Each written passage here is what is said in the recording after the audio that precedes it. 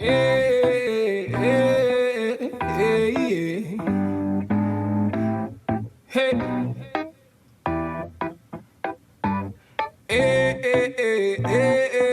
hey, hey. Black excellence, black beauty, and black pride.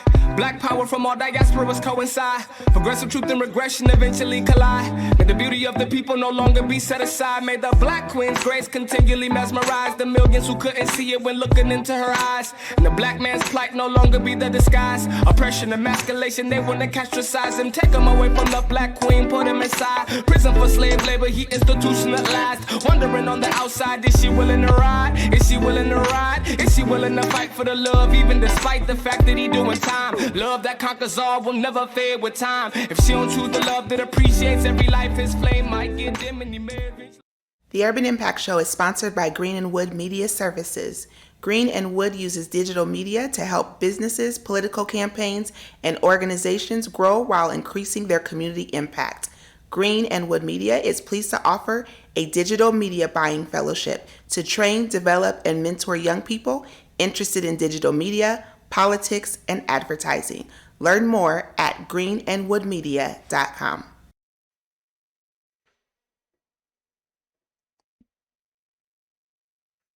Welcome to the Urban Impact Show. I am your host, Dewana Bradley, and so glad that you are with us on this Sunday. Happy Sunday to you all. I pray that it's been a blessed Sunday. I have heard so much right now that I was looking at us. And your face when we just came over.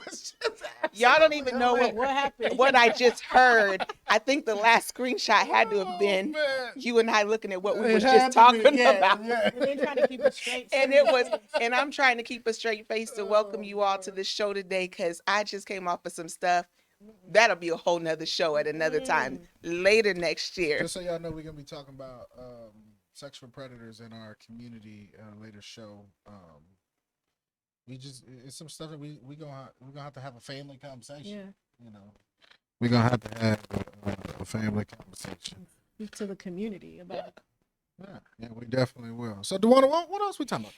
But that's not this show. But before we get to this show, Brittany, say hello to everyone. Hello, everyone. Welcome back. Happy Sunday. You know what? Brittany always shows up like dressed, No, I stylish, don't. and all of I know, and the boots. Yeah, like I mean, she always just, and I feel like I like throw on I underdress for this show. No, but think about, I sweater. work from home, so like I never get dressed up ever. So it's like, think about when you have that outfit, like, okay, I gotta wear this because I wear pajamas most of the time at home because I work from home. So well, thank you so much, Brittany. Thank you so much for starting You're the first welcome. year. We're all gonna being fully move dressed. up our game. Yeah, we're gonna have to. Yeah, we're gonna have to. Well, we are excited, for this show. We're going to be talking about several things, but the first thing we're going to be talking about today is the Iowa Association of Black Journalists. We are super excited to have them, and the reason why I wanted to bring this to light, I am a part of that team. Very excited for, yes, I'm the parliamentarian, so my job is to make sure that everything stays in order when we're having the meetings. So I'm assuming that's my job. I'm pretty sure that's what I do. And so I'm excited to be a part of the group. I am a member of the National Association of Black Journalists. I do not consider myself a journalist, but I am very heavily involved in media and I have a true passion for it. I think I was probably a journalist in a previous life. I just never went and got those degrees.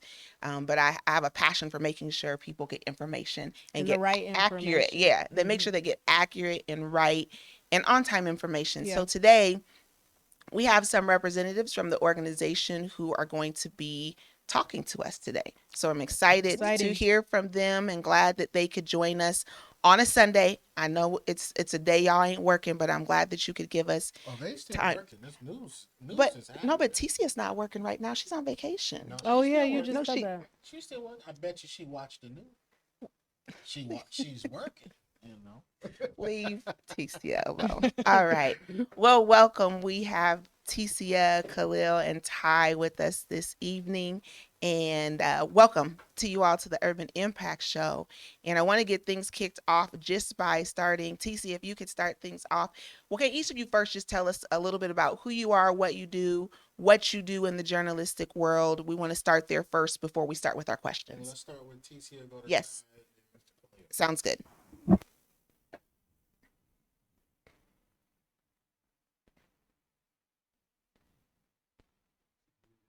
TC, unmute. There we go. I'm so sorry. I thought I pressed mute. I'm That's so all right. sorry. Hi. Sorry. I'm used to saying good morning, but it's the evening. But yes, I am on vacation, Joanna. But yes, my name is Tisa Muzinga. I'm an anchor and reporter and a traffic reporter for KCCI in Des Moines. I'm in the morning show. And for Iowa Association of Black Journalists, I am the president and founder of the organization. Right now, yeah, I'm on vacation in Sioux City, but I'm happy to be here and to talk to you guys more about our organization. Wonderful. Okay, all right. Make sure I'm unmuted because we never have repeated that. So my name is Ty Russian. I'm the vice president and co-founder of the Iowa Association of Black Journalists. My full-time job, I'm the senior editor for Iowa Starting Line, an online news outlet that covers the state of Iowa, specifically politics and things like that. And my background is print journalism, as you can see from behind me. So my last journalism job, I was the managing editor for Iowa Information. So I helped oversee 4 news publications, several magazines, and a digital website and the social media and all that kind of jazz. Before that, I was at the Sioux City Journal. Then before that, I was a staff writer at the same company where I was managing editor. And then I got my start in Newton, Iowa, about 30 minutes east of Des Moines at the Newton Daily News. And I'm from Kansas City originally, been making waves in journalism here since 2013. Wonderful. And Khalil. Hi there, my name is Khalil Maycock. I'm the morning reporter for WOI Local 5 News. I believe I'm the treasurer of Iowa Association of Black Journalists. This is my second job in the industry. First job was in the Savannah, Georgia market. Most of my stories are usually happy since I am the morning reporter, but that's me.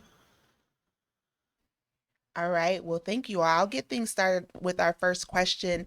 TCA, can you just share a little bit more about Iowa Association of Black Journalists, kind of getting things started here, why that was important? Just share with the viewers a little bit more about the organization.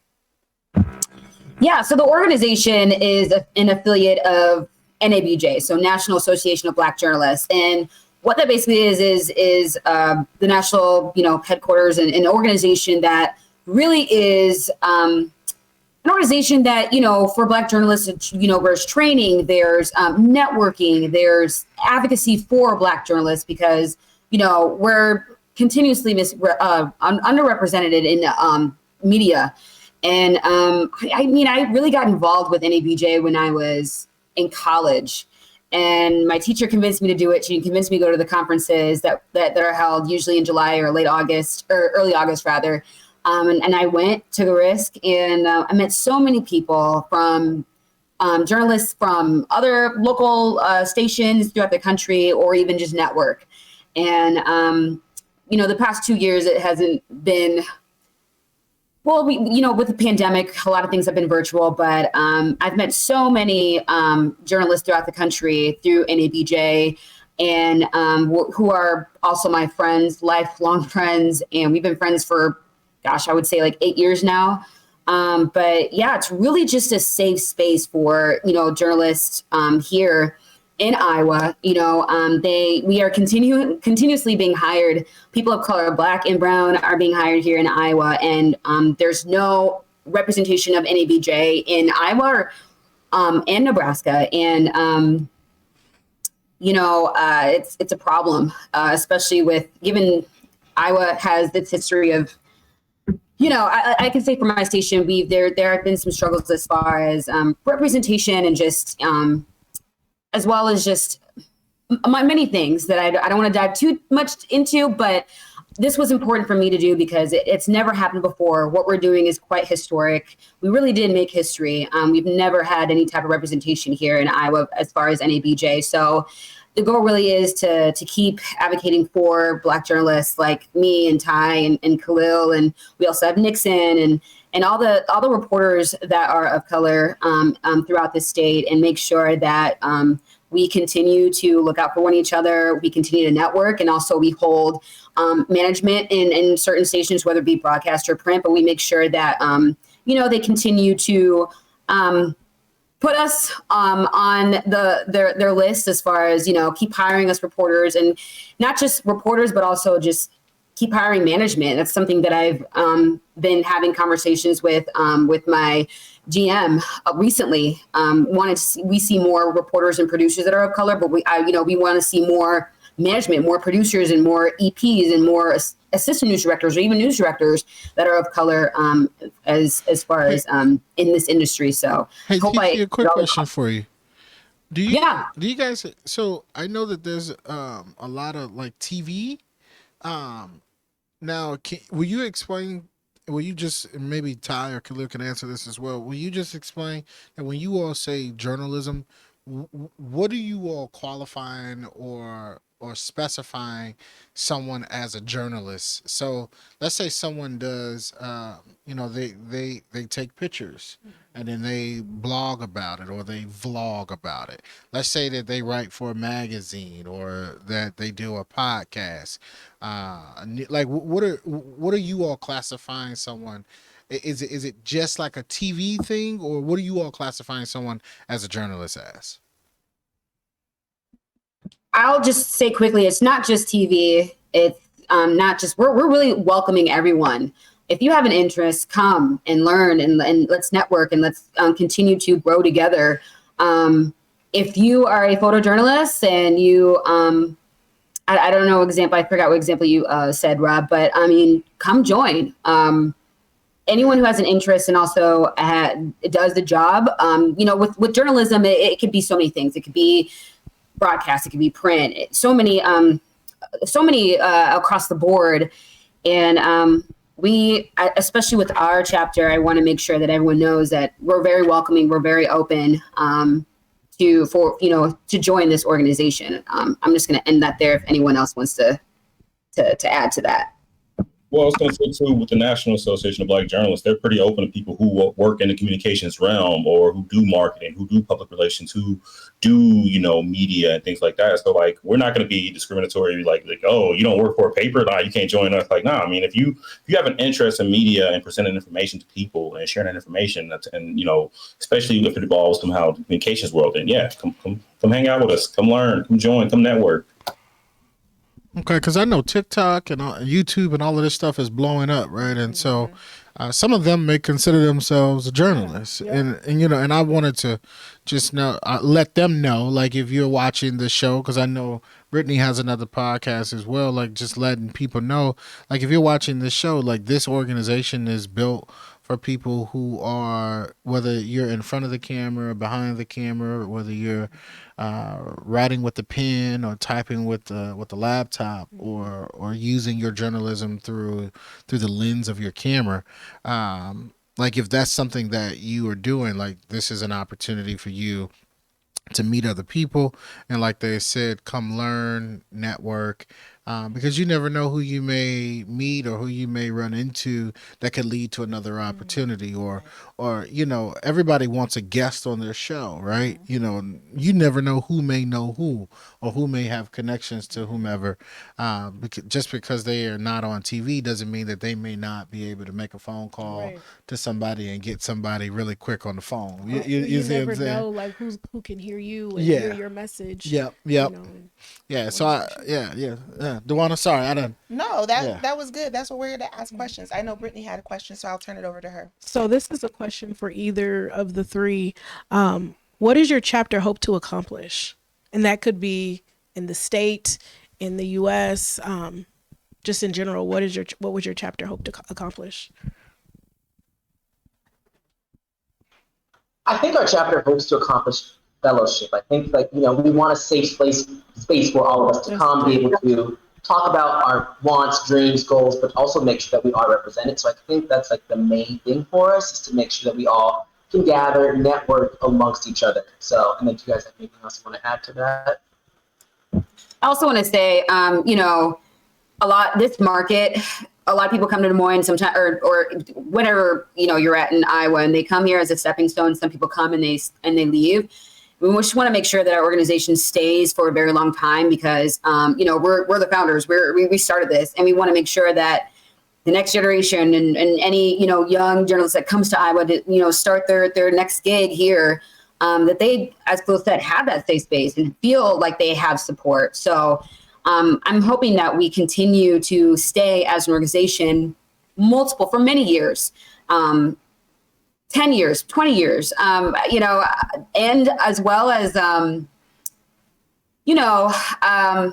keep growing. I want to see more members within our chapter, and I want to continue to collaborate with other chapters. Right now, I am very close. One of my best friends is the president in Chicago, Madam Dorothy Tucker. She is the president of the whole, the whole her NABJ, the whole headquarters. And she's been such an amazing support. And, she went above and beyond. Her and then our director, one of our regional directors, Sia New Yorker, over, I want to say in Cleveland, they've been nothing but supportive, and they want to make sure that we continue to grow and thrive. So I hope that, this continues to be a chapter for many years, and we see more and more people join. You know what? I just wanted to take a quick moment and shout out Ty real quick, because for those who don't know, the Iowa Starting Line is a newspaper that you can go and look. Just a couple of the articles that he's written, you could see why conservative candidates saw success in Ankeny but flipped in Waukee. Another one, the John Deere strike continues after UAW rejects second offer. And he has a couple of other articles out here. A lot of good paying jobs are coming to Iowa. Labor leaders say of infrastructure bills signing, and there's so much on here that you can go in and look. And so these people, and I'm pointing that out because obviously you see TCL on KCCI all the time, which is the number one news network in this in the number one news network in this market, right? Mm-hmm. And so you see her, and so you're also seeing Khalil and Ty put out good work as well. So they're not just coming to you to talk about like, oh, we just felt like doing something. Yeah. They're coming to you because they are actually putting out good quality work themselves. Doing the research. And then they themselves, like, I don't know how y'all feel, but I feel a certain type of way if I'm watching something and it doesn't feel right. And I'm like, wait a minute. Mm-hmm. What executive producer allowed that to go through on that type of media, right? Like, how did that happen? And so what they're also offering is this moment of advocacy where folks can say, hey, I got approached by a producer who said X, Y, and Z. This felt weird. Mm-hmm. Or, hey, my editor at this paper or this magazine or at this podcast said X, Y, and Z. This felt weird. And then you can have somebody to talk to, and you don't have to feel alone in that space. And these are people, and I'm pointing this out because these are people who are doing work, mm-hmm. who are actually putting in time, effort, sweat equity into this stuff. And so, I just wanted to point that out. Sorry. No, that is absolutely correct. And I want to ask you all too, how do people get involved? Because everyone's hearing all of these great things. We know this is something that is needed in our state. It's something that we haven't had before. There's an opportunity to join and be a part. So can you just talk to the viewers about how can I get involved? This sounds like something I'm interested in. What would be my next steps?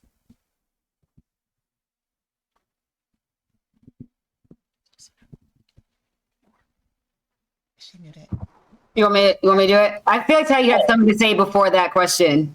For me? Yeah. I did. Oh yeah, I was gonna say, shout out for the advocacy note because that is very important. I mean, I've been the first and only Black face in just about every newsroom I've been in. So it's very important for me to I don't want to be the only Ty Russian. I want more people after me. I want, young students out there, young journalists who are considering their career in Iowa to know that there's an opportunity here. And there's somebody who's been through all of those things, who's fought those battles, and who's going to still be here to watch your back and help you navigate those spaces. So that's very important to me. And then for us, you can find us on social media. We got Twitter, Facebook, Instagram. All of our handles are at IABJ official. And then that's also our Gmail account. So like hit us up on there or hit us up on our individual social media accounts. We're all pretty out there on Twitter, like they're in TV. So I know they got the like TV news pages and all that kind of stuff with the nice lofty headshot and all that jazz. Yeah, Like, yep, they do. Yeah, I'm just looking at Khalil's now. Looking good, brother. Looking good. Yeah, just to add to Ty, it's really easy to just find us, look us up. You can obviously reach out to our IABJ page, or you can just reach out to us individually, and we'll get you that information. We're on. Let me think. I wish Nixon was here. He's our secretary. But we're on Facebook. We're on Instagram as well, and I believe we're on Twitter. And we also have an email. So, but I have a Facebook page. It's my name, TC Muzinga, KCCI. I do my best to respond to the nice messages out there. I get a lot of, viewers sometimes, but definitely. That's going to take us to a whole nother topic if we start talking about disrespect that Black journalists get from the public as you all are doing stories that are there to uplift the community. Well, why it gotta be a Black thing? Yeah, that's a whole nother show. That's gonna be a next year show, y'all. Yeah. Even us though. I was telling Dewana like 2 weeks ago, I had someone inbox me about our show and just like things that we need to add. So I'm like, even on our platform, we get bad comments. We haven't heard much from Khalil. Khalil, anything you want to add, brother? Not really. I mean, everything they've been saying has been great, but I will say that like on the fact of like joining us, I think everyone should join. And even if you don't want to join, just reach out to see what it would be like. Mm-hmm. It's always great to talk to other people who look like you. Not gonna lie, like it makes me feel better when I see like other Black people in Iowa. Because like when I came here, I was kind of shocked at the lack of diversity. So I remember meeting my first Black journalist in Des Moines. It was a sad story, but I remember seeing them being like, "This is great." So like just being able to have other people that look like you, so just reach out, see if you're interested. And then message away. And what's great too is that recently I have received so many emails and messages from the youth who have an interest in journalism. Mm-hmm. Yeah. And that meant so much to me just to read it and to see, how much they appreciate, representation in not even just at KCCI, but even at WHO or even at Channel 5, WOI, and even in print. I mean, Ty, just to go back and how we were praising Ty is talented. This man knows what he's doing. I love his work. I haven't even met him yet, but like, I remember just seeing his articles. I'm like, this is what we need. And so it's open to really even like, there's a few high schools I want to say in Des Moines that have like, I don't want to say like they have high school like newspapers and stuff. And so I've received messages from some students who also aren't even Black or brown. I've received messages from people who are white and they want to better understand what we're doing. And also, with all that happened last summer, as a journalist, I've had a moment where I've struggled to just go on air and talk about the issues that we were seeing. And it's very humbling to see that there are journalists out there who don't even look like us who want to do better as far as covering things. So, if I can end that there, hopefully that made sense. Yeah. We praying for y'all because it takes a lot of strength to get on TV to report that another Black man had been gunned down. Yes. Mm-hmm. Mm-hmm. It takes a lot of strength to do that, to stay professional, to keep your personal feelings to the side, and to do your job in the midst of so much unrest, in the midst of how it's being portrayed or said on that screen that you're reading, and it's like, I really don't want to say this. Yeah. And so we're praying for y'all. I don't know. Anything else, D? No, I thank y'all for being on the show. I am a huge advocate too of Iowa Association of Black Journalists. I got involved just because it's nice to see other people that look like me that are passionate about this work, who are doing amazing things, that I can look at them and say, hey, I want to get to this point, in my journey as well. So I just thank you all for welcoming me into the fold, as I am just around great people, and I want to encourage everyone who is listening to be a part of this great organization. So Ty, Ticia, Khalil, any final words that you would like to say before we wrap up this part of the segment?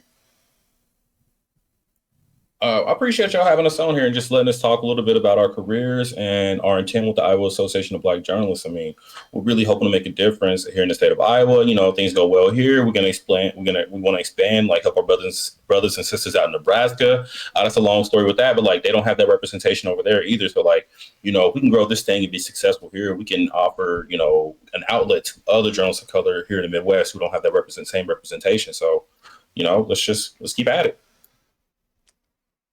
Yeah, I can't thank you guys enough for, you know, taking the time to let us come here and talk about what we're doing. Like I said, we made history.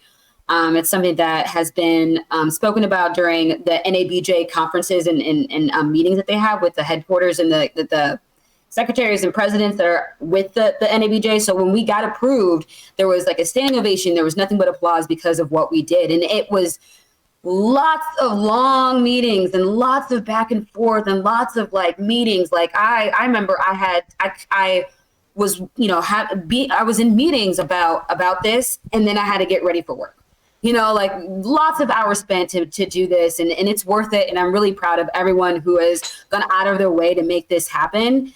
And hopefully, you know, in the future, we continue to talk with you guys to talk more about what we're doing and get more people involved. So I can't thank you guys enough for allowing us to speak on this. Well, I guess the last thing I'd like to say is thank you for allowing us to be on here. And then if you are interested, just make sure to reach out on any of those platforms. And then lastly, be kind to journalists, because some people are mean out there. So be kind always. Love that. Yeah. Thank you guys. Yeah, thank you all. Love that. And thank you all for taking your time to talk with us here at the Urban Impact Show. We are going to take a quick break, and we will be right back with the Urban Impact Show. Thanks again, guys.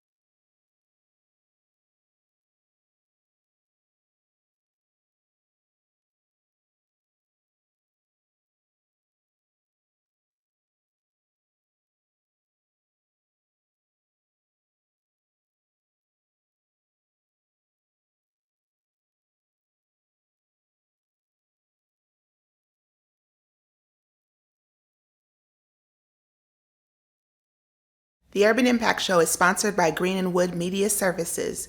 Green and Wood uses digital media to help businesses, political campaigns, and organizations grow while increasing their community impact. Green and Wood Media is pleased to offer a digital media buying fellowship to train, develop, and mentor young people interested in digital media, politics, and advertising. Learn more at greenandwoodmedia.com. And welcome back to the Urban Impact Show. We are live from the studio in Windsor Heights. This space is available for private events. If you would like to book this space for your private event, please go ahead on and call or text with questions.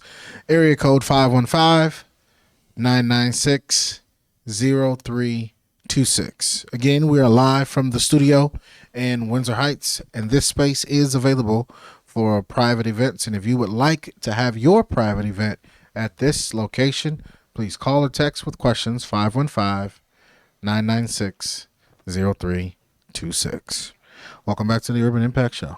Welcome back, everybody. Welcome back. I almost started laughing because it feels when you do one of those infomercials, it feels very commercialish, and so And you sound very commercial. You're like that.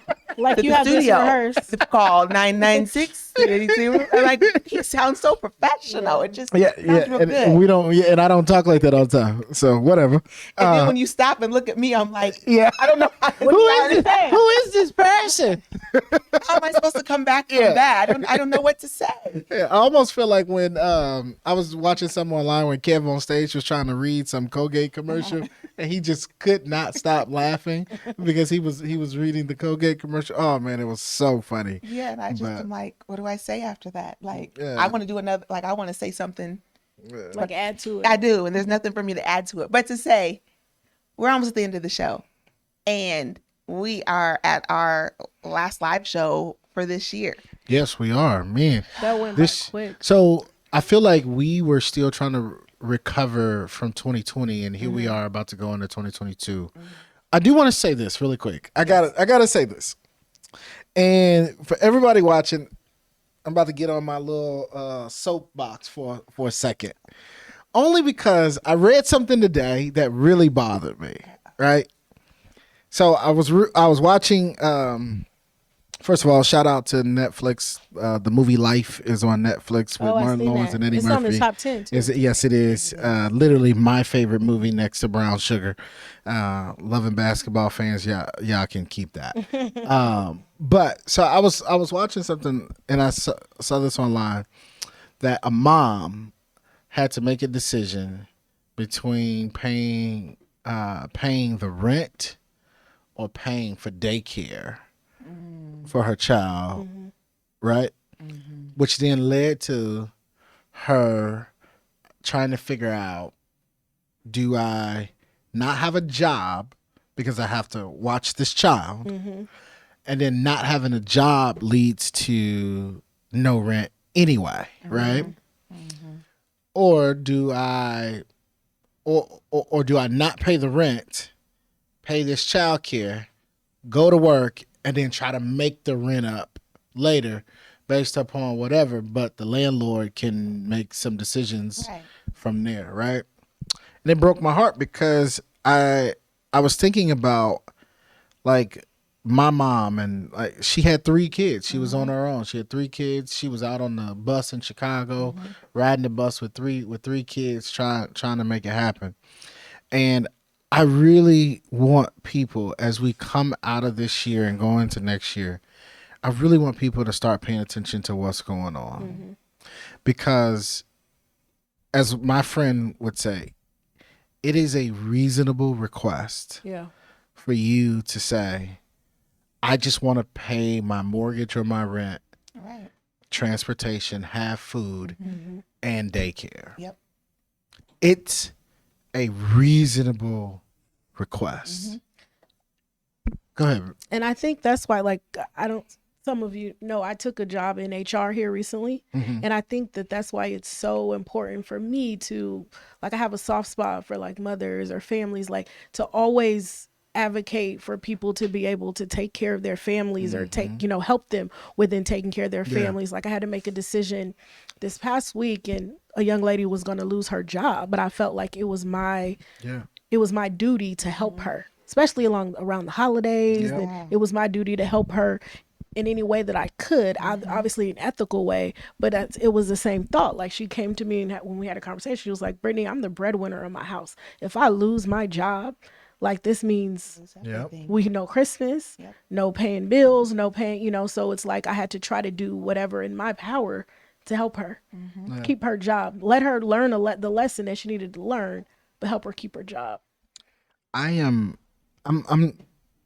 struggling because as we go into Christmas and as we come into this new year,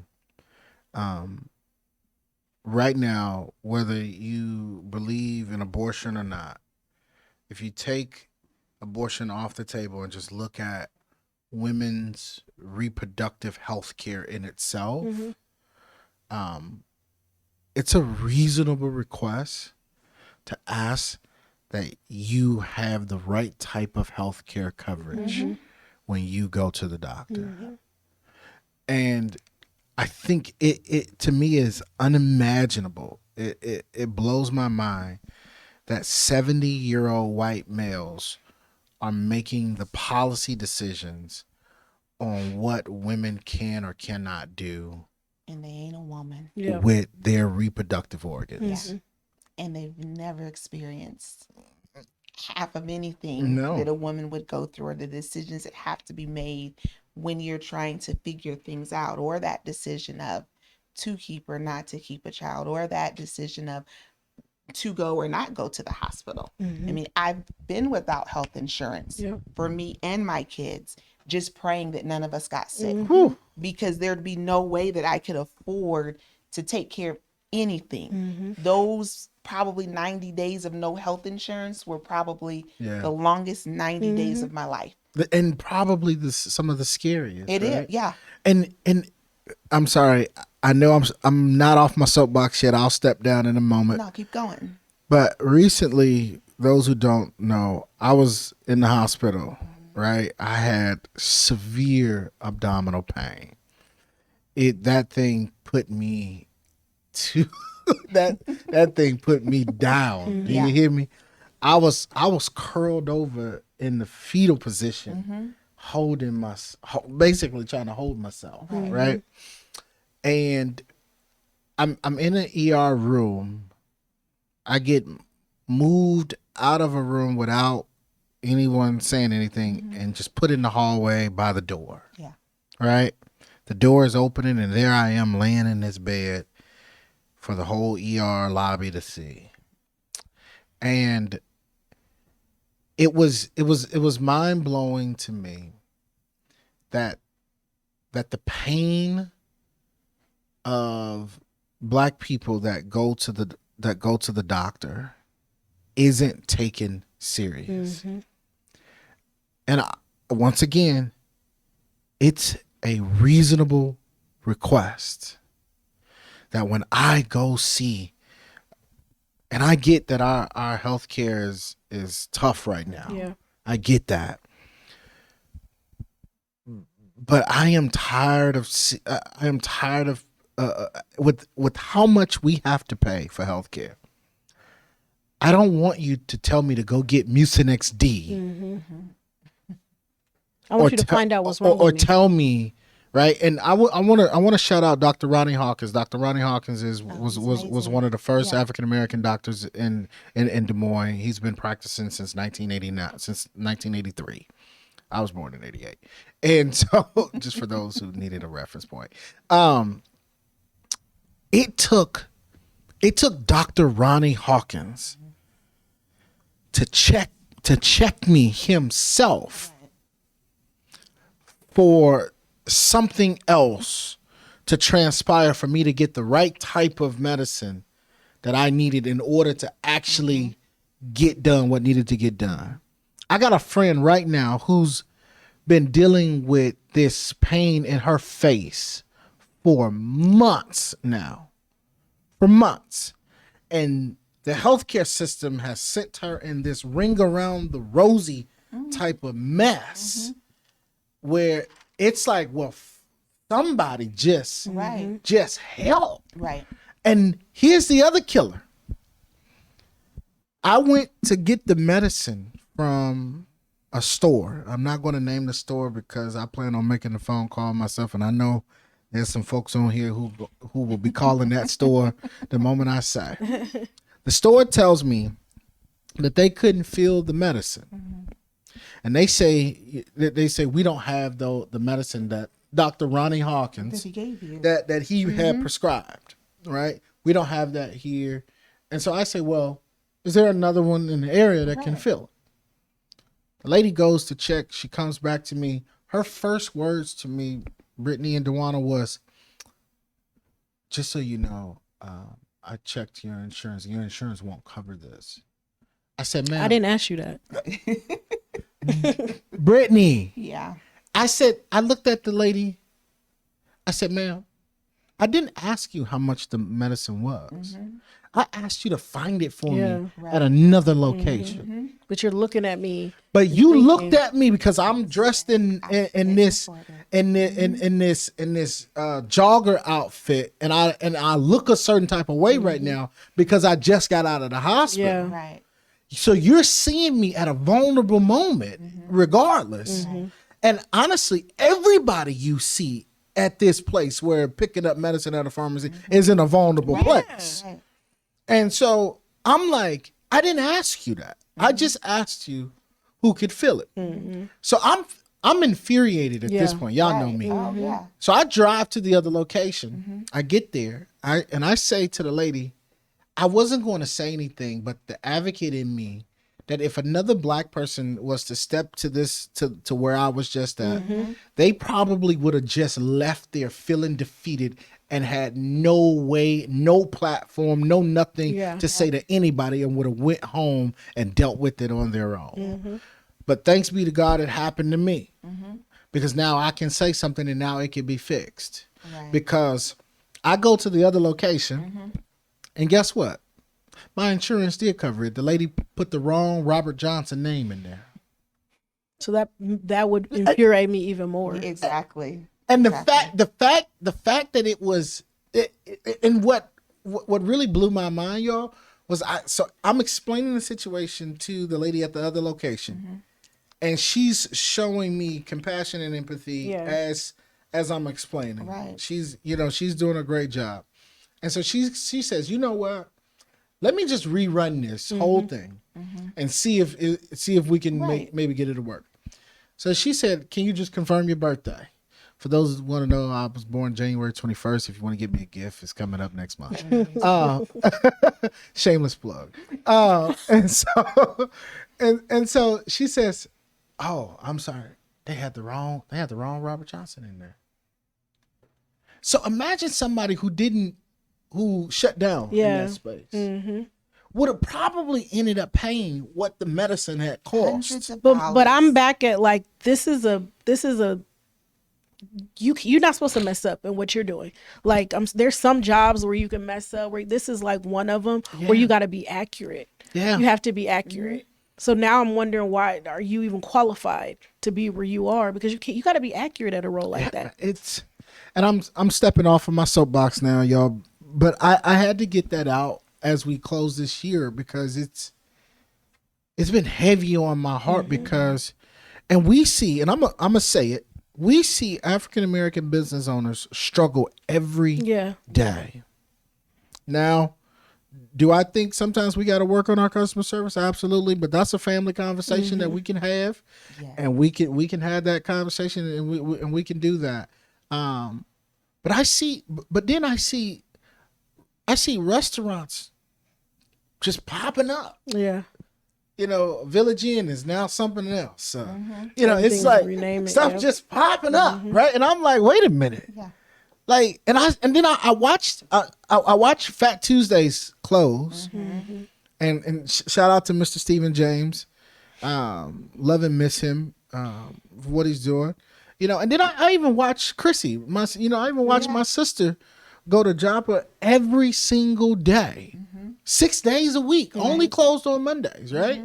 I watch her go every single day, and I watch black businesses struggle, because it is a reasonable request to want to take care of your family, own your business, and be able to pay your bills.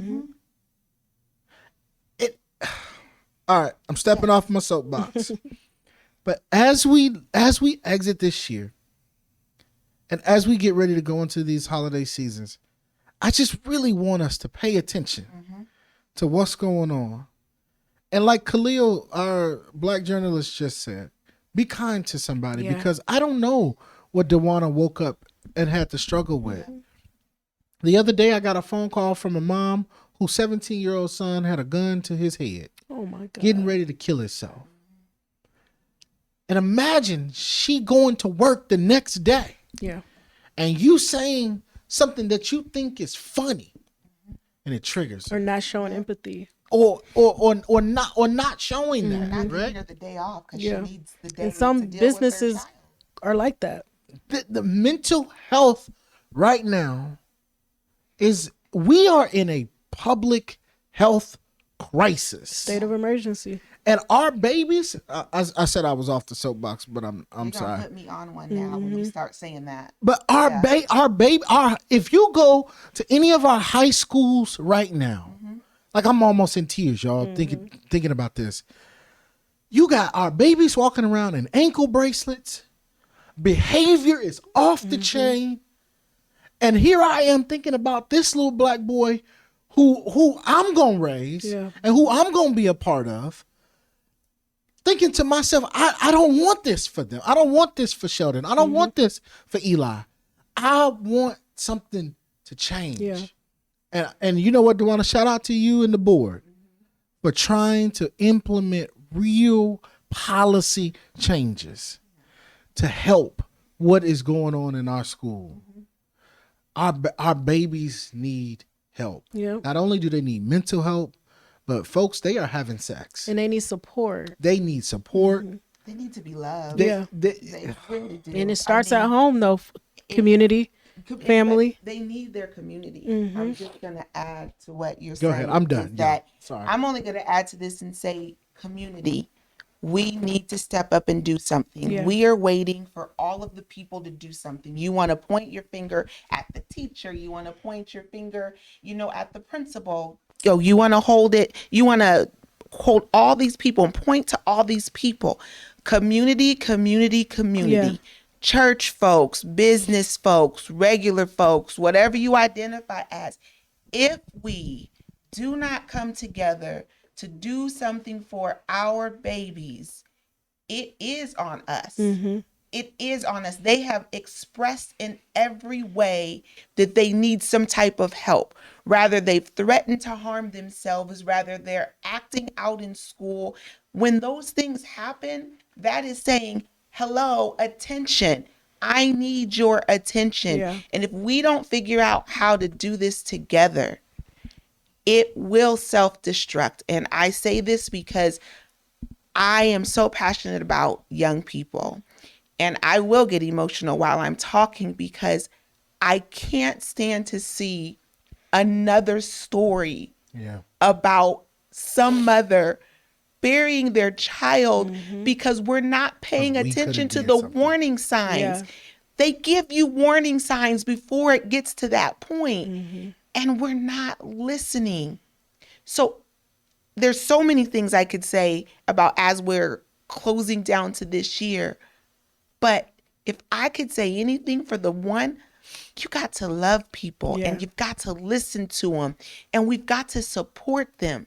You don't know what people are going through.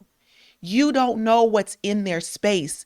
And don't think because, you might see them on TV or you might see them a leader or what. People are human beings and we're all dealing with something. And if we don't figure this thing out going into 2022 and stop fighting over being a Democrat or Republican or this person and that person, we need to stop it. We got human beings that are hurting and it's up to us to figure out how to do that. So for me, I want to go into 2020 loving folks. And here's the thing. 2022. What did I say? 2020? See, 2020 messed me up so much. That's why I said 2020 because it messed me up so much. I still think about it. I want to say to anyone, I don't care what you've done to me. Yeah. I don't care what you've said about me. I don't care if you've talked about me behind my back. Join whatever we can do to make a difference. I'm not concerned about that. I don't care if we don't know each other. You got an idea about how we can make these things happen? Let's sit down and have a conversation so we can just create some action to move forward. We don't need a lot of folks to make things happen. But I'm telling you that I can't sit back anymore and just keep watching the things happen that are happening. So if I got to do it by myself, I'll do it by myself. We're here with you. But this is the way that I feel right now. I have to figure out how to help young people. And I will tell you what I have done is I have excused things because I'll say this. This is what I do. So this is my confession. Well, I'm on the board, so I better be careful what I say or what I do. Because then I'll have to deal with the folks who are watching me saying, I I can't believe she did that. Or I might say, ooh, what are other people going to think? I'm going into 2022 not worrying about what other people think. Just That's what's right. Just doing what's right. right. And that's where I'm at for 2022. You're going to hear me speak out more. You're going to see me more. I'm going to be present more because I'm no longer going to be concerned about what other people think. And if you know me, I'm looking at everything. What do they say? What do they think? I'm not going to do that anymore because I'm not going to sit and continue and watch people whom I might not even know continue to suffer. And so that piece for me is something that I'm going to go into for 2022. But I will tell you what, this outlet in the Urban Impact Show has been a blessing for me. Yep. To be able to be in a space with people where we can just share our thoughts and our ideas and our whatevers, and we can bring people to the fold and have those conversations. We can laugh, we can be silly, we can sometimes make sense and not make sense, but we can do this in a space that is safe, and we've got each other's backs, and that's what this show has done for me. And I'm super excited for what we've got in 2022 because you're going to see our faces every Sunday from January to December. And I think I know Brittany's going to close us out. So my last comment, you just reminded me. Yes. We got 52 Sundays next year. Yes. We have more than 52 Black-owned businesses. Can y'all get us T-shirts of these Black-owned businesses so that we can wear them on this platform? Represent you. Yes. We want to represent those businesses on this platform. Get us those shirts, please. And thank y'all for supporting this show. Thank you. And for pushing this show. And shout out to this team. You know, Lewis, Lawana, Brittany, Dewana, Madison, Matthew, Hal. This team of hardworking people really stepped up this year. And we didn't take no for an answer. We sacrificed to be here every Sunday. Yeah, away from our families. There's other stuff that we could be doing. Yeah. But we're committed to you committed and our community. to this. So I'm done. I know it's on y'all. No, before you close, because I'm going to let you take us out of here. There is a few things I just want to say about what's upcoming. Juneteenth 2022 is coming. Juneteenth 2022 is not only coming, but it's a national holiday. Yes. That I'm super excited to lead the charge for. And so you save those dates. I'm just telling you to save the dates from June 1st to June 19th. And you're going to say 19 days of stuff. You'll understand why I say that. As the first of the year starts, you'll hear a little bit more. But save those dates, June 1st to June 19th. But one in particular date that I want you to save is June 12th. June 12th, y'all know me, gospel's all in my bones. And every time we have a Juneteenth celebration, we going to shout. And we going to praise the Lord. And we going to dance and we going to clap and we going to sing and we going to do all that good stuff. We're going to do all of that on the 12th? On the 12th. Oh, yeah. We're going to, yes, we are. We're going to dance. We're going to shout and sing and do more. Might even fall out. Don't tempt me. Don't tempt me. Don't tempt me. But on June 12th, 2022, coach it. Listen to me very well. You're going to be excited for this. We have Bishop J. Drew Scheer, who will be coming to Des Moines, Iowa. I'm going to say that one more time. Where's he from? You know. So Bishop Scheer is now the presiding bishop of the largest Pentecostal Black denomination in the world. There are a record of 12 million people under his leadership. Oh, wow. Yes. And Bishop Scheer, his church is in Detroit, Michigan. And his wife is 1/3 of the Clark sisters. Yes. Oh, wow. And having him come to Des Moines, having this caliber of a bishop, of a leader, come to Des Moines is major. It is. It's huge. It's huge for the city. Yeah, that's awesome. For the culture. Right. For us, it's big. Yeah, and that's It's just big. one person. That's just we have one. coming. That's And just one. We're not gonna tell everybody else. all on Yeah, you nope. I tonight. better mark Yeah. June 12th. Yep. June 12th, Yep. 2022. Location to be determined. Bishop J. Drew Scheer is coming, and that is Kiera Scheer. I know Yep. she's married now, Yep. but that is her father. Yep, the gospel artist Yes. Scheer. Yep, That is her that's father as well. So we are excited. We are planning Iowa Juneteenth 2022 right now as we speak. Tomorrow I'll be speaking to a bunch of individuals as we start collectively working together to celebrate Juneteenth from June 1st to June 19th. So you guys heard it first here. It's gonna be big. Yep. It's going to be large. So I'm going to turn it over to Brittany. I'm It's just on you, grateful, Brittany. and we're going to shift it over to Brittany to let her close us out. But we are looking forward to a great 2022 with the Urban Impact Show. Well, thank you, Duana. I think as I think about this year, and so grateful to be a part of this group. It's a great group of individuals, and I feel like this show has pushed me a lot because it's exposed me to, I think, have probably conversations a little deeper than I would have, and just kind of exposed me to a lot of things that I, wouldn't normally have a conversation about or would not be exposed to. So I would say I want to thank you guys for letting me be a part of this group and exposing me to some of these things. I'm very excited about 2022. I think, you guys seen us do great things this year, but next year's going to be even better. We're going to have some great topics, and I think as we're continuing into the holiday season, I just want everybody to, this we comes into stressful times, but just, I would say, be grateful and be thankful for your families. Christmas is coming. Like, I think this year, let's not focus on gifts and gift givings. Like, just be grateful that we're all still here and we do have families to share it with. I think a lot of times in Christmas, we get caught up in like, how many gifts we're going to get our kids, or trying to make sure we, are getting our money together to get gifts. Let's just enjoy each other and be grateful for each other. We had a long year. I mean, a long 2 years. You think of when the pandemic hit in 2020 now, and going into 2022, life, I think, is getting back to its normal. But I think for me, and as I'm closing the year, I'm just so grateful that we survived and that we got through it.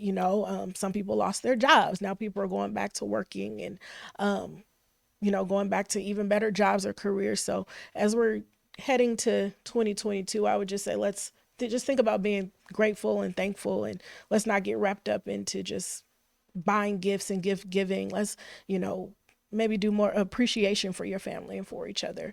I'm excited because over the next few weeks, we will be continuing the planning for 2022 for this group. So I would say just be on the lookout, for some great episodes and some great content for next year. And that's all I would have to share. All right. Well, you heard it from Brittany. Thank you for closing us out. And we will see you all next year, January 5th, 2022. Rob, close us with your final words. You are loved. You are valuable. And you are important. Thank you so much for watching the Urban Impact Show. You guys have a good Sunday.